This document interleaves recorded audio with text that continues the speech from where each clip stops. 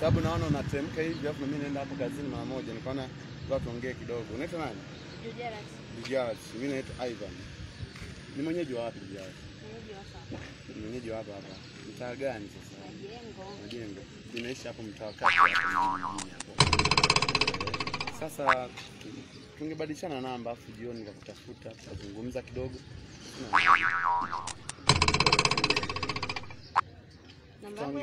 Namba yako ya simu kubadilishana namba. Alafu mimi kutoka kazini nitakupigia tuzungumze vizuri. Sababu sasa hivi muda naona kama umeenda alafu masaa ya kazi. Ana kazi za kwanza. Sister, sikiza sister nikwambie. Unajua kuna maisha mengine baada ya hapa kukutana. Unaelewa? Huwezi kujua ya kesho. No. Hapa naomba tafadhali. Wewe fanya hivi, unajua. Sasa namba yako ya nini? Namba yako ya kupigia, mimi nitakupigia. Unajua mtu anapokuwa anaomba hapo. Maombi yako tofauti. Maombi yangu mimi sitakuwa nakusumbua sana. Mimi nikupigia simu moja tu basi. Kusalimia na kujulia hali. Wewe nisaidie tu sister. Hakuna shida. Alafu ukiwa na mimi kijana kama mimi yani haujapotea. Sio watu ni vijana. Nisaidie tu andika basi. Utakuwa msumbufu. Amna sitakusumbua sister.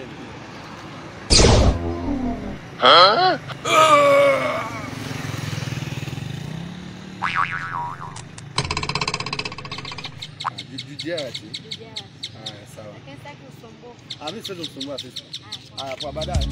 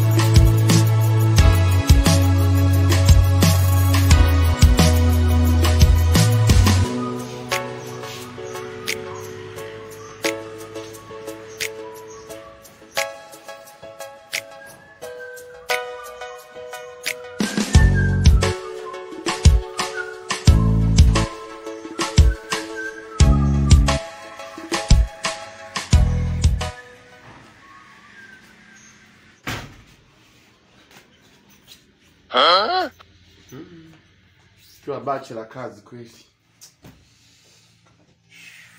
Amechoka.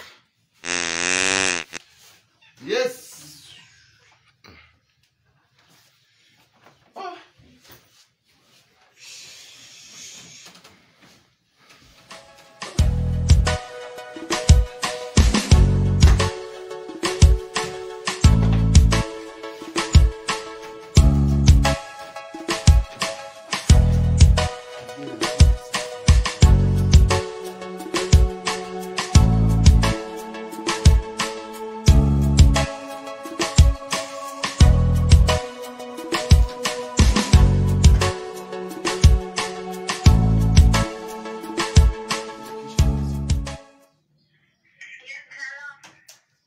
Mambo?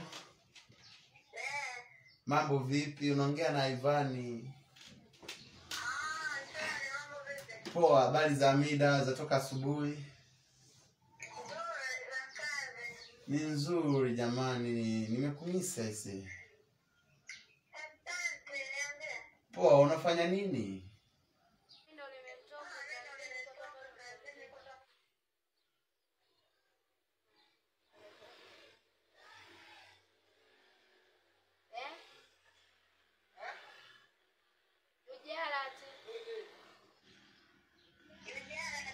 Jujarati. Sasa Jujarati, fanya kitu kimoja. Kesho utaenda kazini, nitakuwa na maandalizi ya kwenda South Africa. Kwa hiyo nilikuwa nahitaji uje nikutambulishe na kama rafiki zangu kwamba ni rafiki yangu mpya nimepata na atakuwa shemeji yenu. Unaelewa tu yani.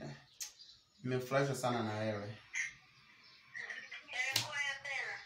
Yaani usijali, yaani mimi nitakuachia kila kitu. Nakukabidhi.